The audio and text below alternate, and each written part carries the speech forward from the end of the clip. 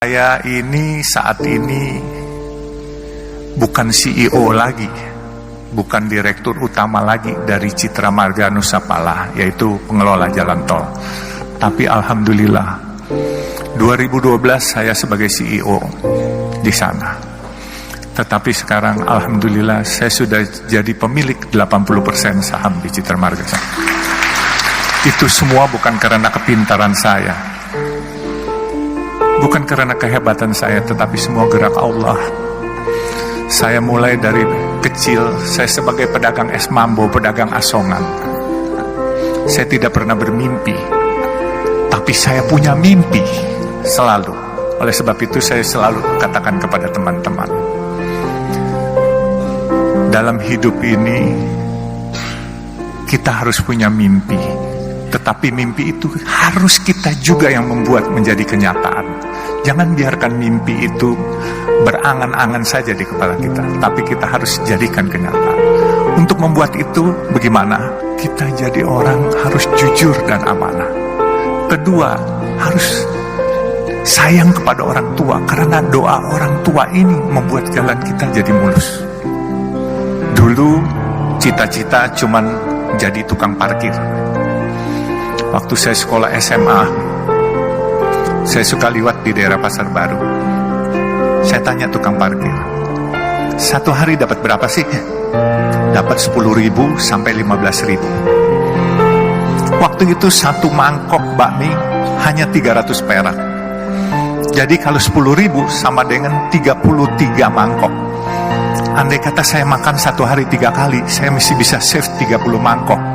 Berarti saya masih bisa jadi tukang parkir aja udah cukup. Itu cita-cita waktu SMA. Terus saya bermimpi, kok orang-orang bisa sukses? Bagaimana cara sukses? Satu hari saya ke toko buku. Saya lihat buku bagaimana jadi orang sukses.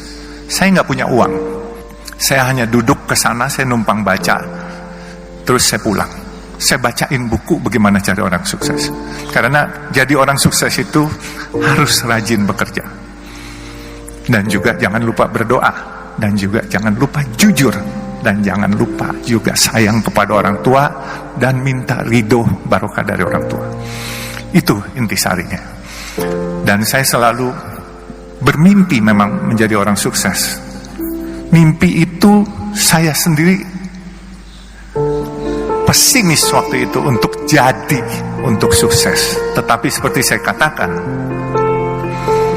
bahwa ini semua gerak Tuhan, bukan gerak saya. Saya punya usaha kayu dulu di Kalimantan, saya bikin triplex.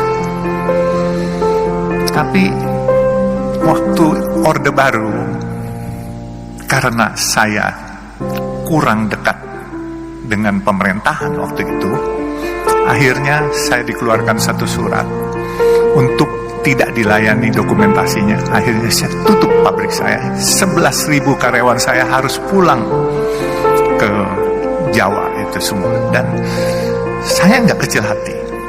Saya bilang, ya Allah, kalau memang ini rencanamu, nggak apa-apa. Saya diam.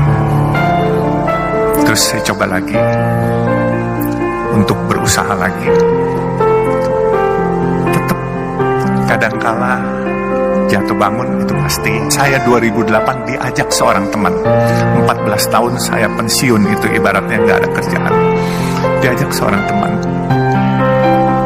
untuk ikut di perusahaan pemboran minyak lepas pantai. Tapi 1 tahun saya bilang ini bukan bidang saya. Kemudian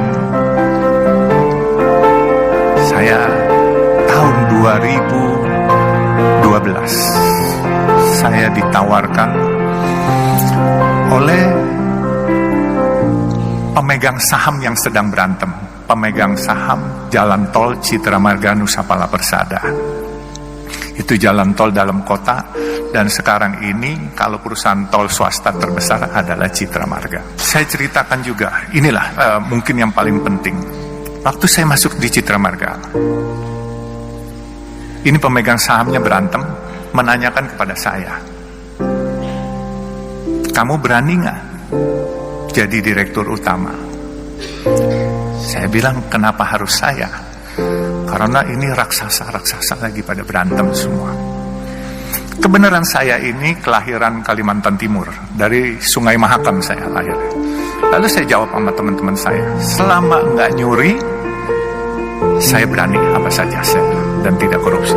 Akhirnya saya ditunjuk sebagai direktur utama.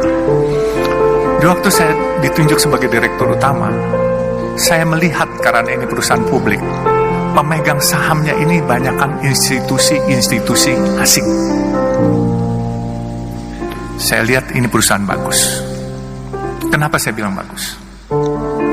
Coba pikirkan, ini kalau bukan gerak Tuhan, saya nggak akan memiliki perusahaan ini.